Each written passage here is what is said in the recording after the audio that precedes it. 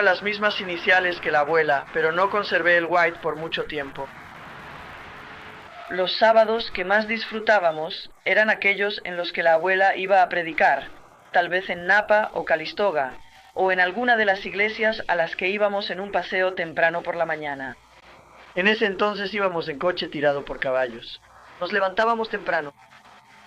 Mi madre sabía desde el viernes anterior que la abuela iba a predicar en otro lugar y preparaba un buen almuerzo. Ahora podríamos haber sido invitados a casas de otras personas, pero cuando Ellen White hablaba, usaba mucha energía y necesitaba relajarse después de hablar, algo que podía hacer con la familia y no con extraños o en casas ajenas.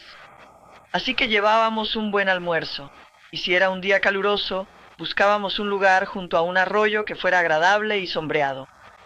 Desenganchábamos el caballo, poníamos nuestras mantas, colchas y cojines. Y poníamos el mantel, y mamá nos preparaba un buen almuerzo. Y había un lugar especial, recuerdo, cuando íbamos a Hillsburg, donde el camino era tan angosto, ya sabes, junto al arroyo. A mamá nunca le gustaba. Nosotros siempre conteníamos la respiración porque no había forma de pasar. Si venía otro carruaje, bueno, no era nada bueno. Y hacer retroceder un equipo de caballos en un camino angosto no es nada divertido.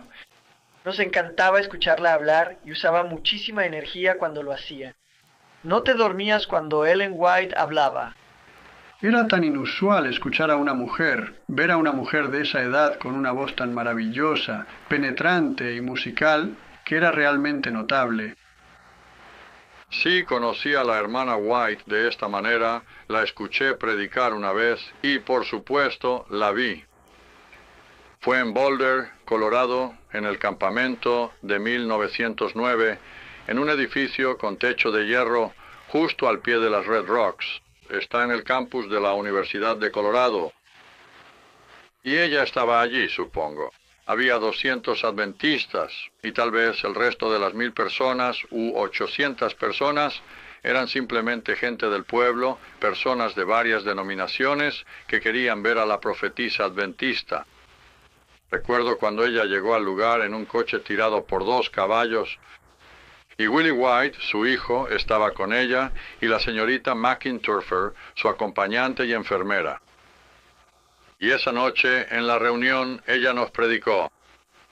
Yo estaba sentado a su izquierda, a unos 5 metros de ella. Podías verla claramente, por supuesto, justo allí. La plataforma tenía aproximadamente un pie, pie y medio de altura. Y ella tenía esta Biblia grande y gruesa. Predicaba fielmente, dando el mensaje de Dios. Y yo estaba interesado. Era interesante. Ella era simplemente una querida y dulce madre o abuela cristiana diciéndonos lo que debíamos hacer. Justo cuando empezó a hablar para terminar, comenzó a llover sobre ese techo de hierro y se pueden imaginar. Ahora recuerden, en esos días no había amplificadores, a menos que llevaras tu propio amplificador contigo. Y ella tenía una voz de predicadora habitual, y ya sabes, de ese tono conversacional o voz que había estado usando, pasó a su verdadera voz de predicación. Y podías oír su voz como una campana de plata atravesando toda esa confusión causada por la lluvia. Podía hablar por encima del ruido de la lluvia, y luego habló solo 1 minuto más, y después se arrodilló para orar. Le dijo a su hijo, «Debo orar por nosotros», y vino hacia mi lado de la plataforma y se arrodilló para orar. «Puedo oírla ahora», dijo. «No Padre nuestro, sino, oh mi Padre». Y desde ese momento fue una comunión personal entre ella y el Padre Celestial. En solo 1 minuto o 2, pareció que un poder grandioso descendió sobre esa reunión. Lo sentí, yo era solo un niño. Yo era miembro de la iglesia. Me había bautizado hacía aproximadamente 1 año y medio. Y sentí ese poder hasta que tuve miedo de mirar arriba, por temor a ver a Dios junto a mí. Ella hablaba con Él, se había olvidado de nosotros, estaba en presencia del Señor. Y pasó 1 minuto o 2 más, y se podía oír a toda esa multitud llorando, lamentando su pecado. Un tremendo resurgimiento realmente, avivamiento espiritual, ese poderoso poder de Dios. Cuando ella predicaba, Dios la bendijo como predicadora, Pero cuando ella comenzó a orar, él la honró como su profetisa ante el pueblo. Nunca lo olvidaré. Y en un grupo, como un grupo de la familia, ella no habla mucho. Ella no dominaba la sala como uno podría pensar que lo haría. Participaba en las conversaciones. No era una persona recluida, pero tampoco dominaba la situación. Simplemente disfrutaba estar con su familia. Todos disfrutaban comer. En la mesa de Ellen White era una mesa bien surtida con frutas, cereales, verduras y nueces, muchos de ellos productos de su propia granja. Aquí no se servía té ni café, tampoco se servía carne. Las comidas se servían a las 7 de la mañana y a la 1 de la tarde. Luego, si las personas lo deseaban, podían ir a la despensa por la noche y tomar una cena ligera. Un día, un joven llegó solo a la puerta principal, un muchacho muy joven, según me contó la señorita McInturper, y ella quedó gratamente impresionada con él. Le hizo algunas preguntas y le agradó el chico.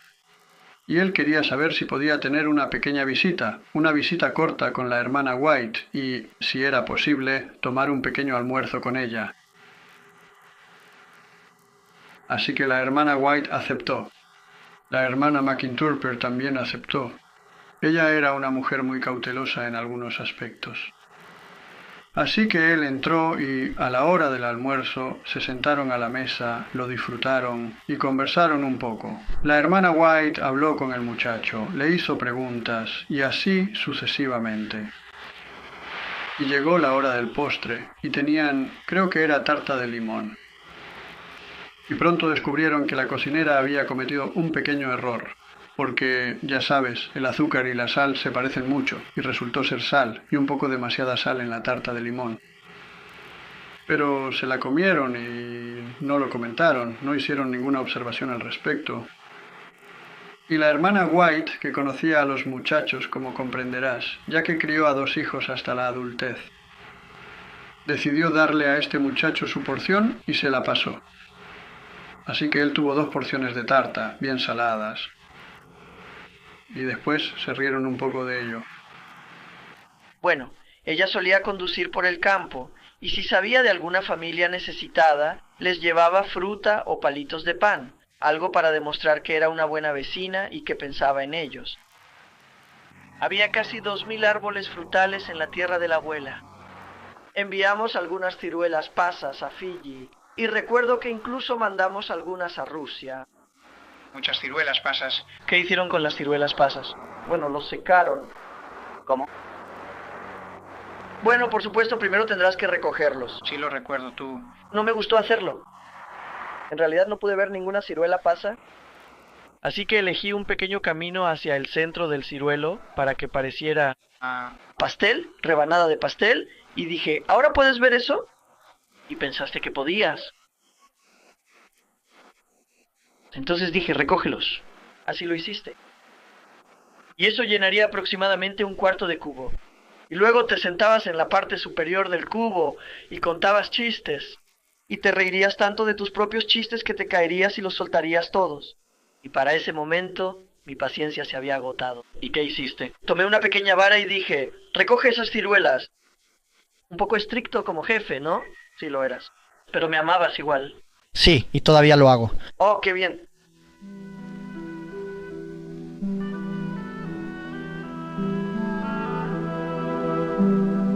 ¿Alguna vez te has preguntado cómo hacía Ellen para que su ropa se viera atractiva y femenina? Las fotografías de principios del siglo XX no tienen la suficiente claridad para responder a esas preguntas, y mucho menos para revelar si la persona retratada era serena o de temperamento rápido, sombría o ingeniosa. Una vez fui lo suficientemente atrevido como para preguntar si alguien aquí, la señorita McIntyre y demás, alguna vez escuchó a la hermana White regañar a alguien, o si alguna vez se molestó, como decimos, se frustró o se alteró. Y todas las respuestas fueron que no. Bueno, solo una vez que recuerdo haber recibido un consejo personal para mí fue cuando era adolescente. Mi amiga más cercana era una de las hijas del doctor, y ella tenía ropa más bonita que la mía, lo cual no me molestaba mucho, salvo que yo quería que la mía fuera tan corta como la de ella. Le llegaban a las rodillas, a sus rodillas, bueno, casi. Y estábamos visitando a la abuela, mi madre y yo, y ella me miró y estábamos de pie junto a su silla de escribir, y me miró y dijo, May, Grace ya se está haciendo una niña grande. Sus vestidos deberían ser un poco más largos. Y eso era lo último que yo quería. Yo quería que siguieran siendo cortos, como los vestidos de mis amigas, pero se hicieron más largos. Tenía un broche de plata con una pequeña flor grabada y pequeños botoncitos de plata alrededor para decorarlo. También tenía un camafeo. Tenía varios broches que usaba. No parecía estar en contra. ¿Cómo decirlo? Joyería utilitaria. Si es que se le puede llamar así, yo realmente no lo llamaría joyería o no, pero ella no estaba en contra de eso. Y también llevaba su reloj, que era suizo, y le hicieron un pequeño bolsillo en su abrigo para guardarlo. Y había una cadena hecha con su propio cabello que en Suiza tejieron para ella. El extremo era de plata, con algunos eslabones de plata, luego su propio cabello, y después la pequeña cadena pasaba y luego entraba en el bolsillo al costado. Eso rompía un poco la monotonía del frente de su vestido, pero tenía todos esos pequeños botones al frente y un bonito broche en la garganta. Siempre nos llamaba la atención porque los potrillos eran negros. Yo tenía una de esas madres grises, pero claro, después me volví gris. Bueno, una de ellas tenía un pequeño abrigo y su madre quería verlo. Pero estaba lloviendo, y mientras se preparaba para salir, la señorita McIntyre dijo, «Oh, no debes salir, madre». Ahora bien, la señorita McIntyre no era pariente, pero la llamaba madre. «Te vas a mojar los pies». «Oh», dice ella, «tengo mis galochas». «Sí, pero está lloviendo». «Te vas a mojar». «Bueno, tengo un impermeable y un paraguas y lo que sea». La señorita McTepper dijo que la abuela siempre tenía una buena respuesta para todo, y salió y vio que no era así. Ella No se dejaba detener fácilmente cuando, no le tenía miedo ni a la nieve ni a la lluvia. a los 83 años, se enorgullecía de subir estas escaleras como cualquier otro en su casa. Bueno, el hermano James me dijo que ella era, como él decía, el alma de Wet. Dijo que nunca era tonta ni nada por el estilo, pero que podía serlo. Realmente era rápida para captar las cosas y ver los detalles, ya sabes, y reírse de ello. Y creía que una buena risa era buena tanto para el alma como para el cuerpo, y captaba las cosas rápidamente. Y tú puedes. Si lo buscas, puedes ver una sombra de eso en sus escritos. En algunos lugares. Ellen White amaba los árboles y especialmente le encantaba este viejo roble. Creció hasta el punto en que las ramas se extendían casi hasta la casa. Y un día mi padre salió por la puerta de la oficina y notó que su madre estaba de pie junto a la ventana abierta, mirando pensativamente el árbol. Él se acercó a la ventana y le dijo, «Madre, ¿qué pasa?» Él pensó que tal vez ella estaba muy preocupada por algún problema. Ella dijo, «Bueno, ¿sabes, Willy? Solo me preguntaba si íbamos a tener que mover la casa. O si íbamos a tener que mover el árbol. ¿Sabes cómo es cuando terminas de hablar y sales y la gente se queda parada hablando y hablando? Y bueno, así es, poniéndote a prueba. Y los niños se estaban volviendo un poco revoltosos y un poco inquietos. Y alguien mencionó algo sobre su terquedad. Y James White miró a Ellen y le dijo a la gente, «Bueno, pueden ver de dónde lo sacaron».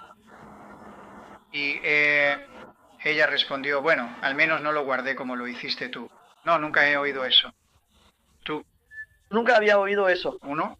«No».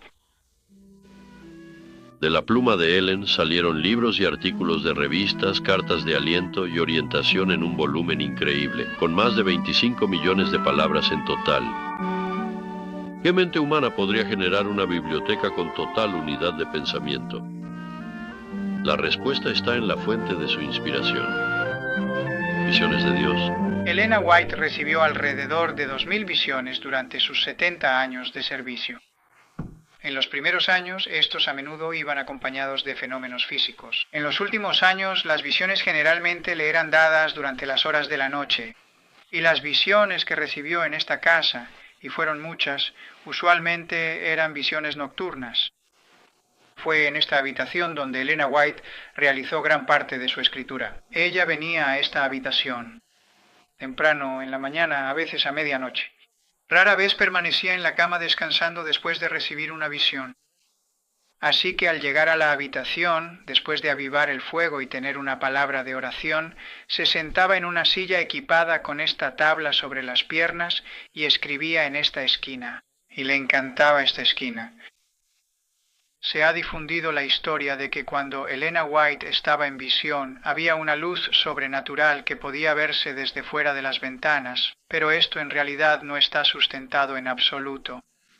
Pero trabajando en esta habitación muy temprano en la mañana, durante esas largas y difíciles horas, cuando a las enfermeras del sanatorio les resultaba difícil trabajar, podían mirar por las ventanas donde estaban o desde el porche del sanatorio y ver una luz en la sala de escritura de Elena White, en esa ventana de allá o en esta ventana de aquí. Y era por supuesto la luz de la lámpara en la habitación para suplir sus necesidades y eso les daba una buena sensación. La hermana White también estaba trabajando durante esas horas difíciles y así ellas podían trabajar. Esa noche en particular, cuando se retiró temprano a su dormitorio, pidió al Señor que le diera un buen descanso nocturno, aunque en ese momento ella misma se sentía muy incómoda. Su neuritis la estaba molestando y su corazón estaba dando problemas. Así que oró para que el Señor le diera descanso. Cuando se acostó por primera vez, se giró de un lado a otro, tratando de acomodar su brazo, pero no parecía lograrlo durante un tiempo. Finalmente, probablemente alrededor de las 9, se quedó dormida. Durmió un poco y luego, al despertarse, como todos hacemos para girarnos y movernos, pensó que ahora debía moverse con cuidado para que el brazo no le doliera. No quería que empezara a doler de nuevo, pero al moverse sintió una sensación de ligereza, como si el dolor se hubiera ido. No había dolor. Así que volvió a moverse, ya sabes, con cuidado, de un lado a otro, y aún así la sensación de ligereza persistía. Y pensó que era maravilloso que el dolor hubiera desaparecido, porque le había estado molestando mucho. Y entonces, mientras pensaba en ello, en lo maravilloso que era, notó que la habitación se llenaba de una luz hermosa, una luz azul celeste. Ahora, ese es un tipo de azul, ¿verdad? Llenándose de una hermosa luz azul celeste. Y mientras se preguntaba qué podría significar eso, una voz dijo: «No temas, yo soy tu Salvador». Ángeles celestiales te rodean por todas partes. Bueno, pensó, si los ángeles celestiales me rodean por todas partes, debo estar en el cielo. Eso es maravilloso. Ya no hay más mensajes que dar. Ya no hay más malentendidos que soportar. Ahora puedo descansar. Y sintió una maravillosa sensación de descanso y paz. La voz dijo: tu trabajo aún no ha terminado. Así que supo que no estaba en el cielo. Cuando pensamos en Ellen, varios títulos nos vienen espontáneamente a la mente. Mensajera, escritora, profetisa. ¿Pero alguien afirmaría alguna vez que era perfecta, que estaba por encima de los errores? La Biblia registra las debilidades de sus héroes y heroínas, y la historia lo registra. Hubo ocasiones en las que Ellen miró hacia atrás y sintió que había cometido errores de juicio, en contraste con errores en el consejo. Una vez, James y Ellen White se tomaron unas fotografías que iban a aparecer en un libro, Los eminentes hombres hechos a sí mismos de Michigan en 1878. Pagaron por el acero, los grabados y demás. Más tarde, sintieron que habían usado dinero que tal vez debió haberse utilizado de otra manera, y publicaron una confesión en la revista. Durante 15 años, Ellen, su hijo Willie y su familia vivieron en la ciudad de St. Helena, California. Como sus casas estaban a solo 3 minutos a pie una de otra, las vidas de todos estaban íntimamente entrelazadas. Grace y Arthur aún recuerdan con claridad el culto del viernes por la noche en casa de su abuela, así como los cultos de la mañana en su propia casa. Así que normalmente éramos suficientes para cantar a varias voces, y a Ellen le encantaba la música. Estábamos tan callados durante el culto como lo estaríamos en la iglesia, ni una palabra. Y luego mi padre contaba historias de los tiempos antiguos. O a veces venía un misionero de regreso, un misionero que se quedaba el fin de semana y nos contaba historias sobre sus experiencias. Después del culto cantábamos un himno, luego cada uno tomaba su Biblia y estudiábamos la lección del sábado. Entonces podíamos hacer preguntas, podíamos movernos, y cada uno tomaba turnos para leer y responder una pregunta. Así que participábamos en la actividad posterior. Luego, para los más pequeños, jugaban juegos bíblicos y los adultos jugaban con ellos.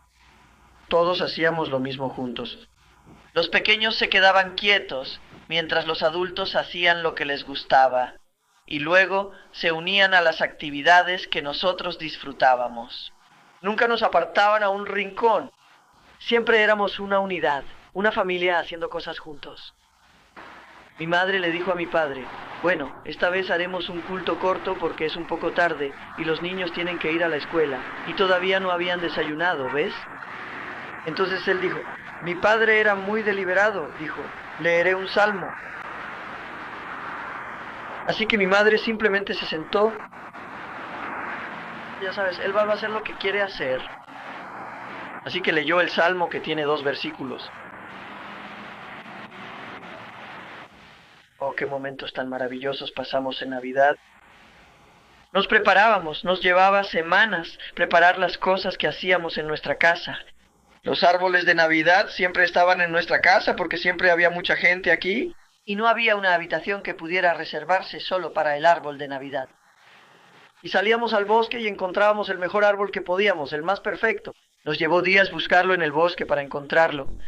Podríamos atravesar el bosque de la abuela. Y también tuvimos acceso a algunos otros que no conocéis.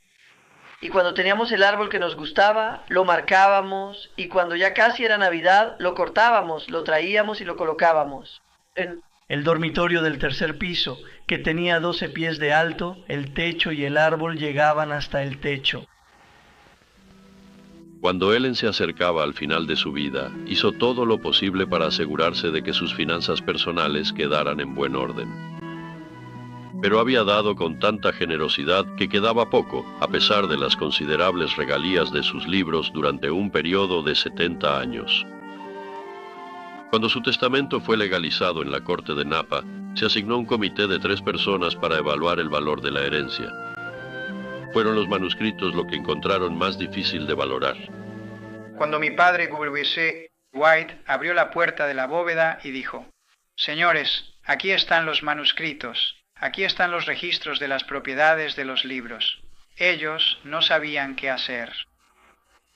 Tuvieron que pensar en términos de cuánto se podría vender esto mañana en una subasta. Y así, aunque había una inversión muy grande allí, simplemente anotaron arbitrariamente $40,000. Y esto, junto con los otros activos, sumaba unos $64,000 en activos reales. Y había obligaciones por $96,000.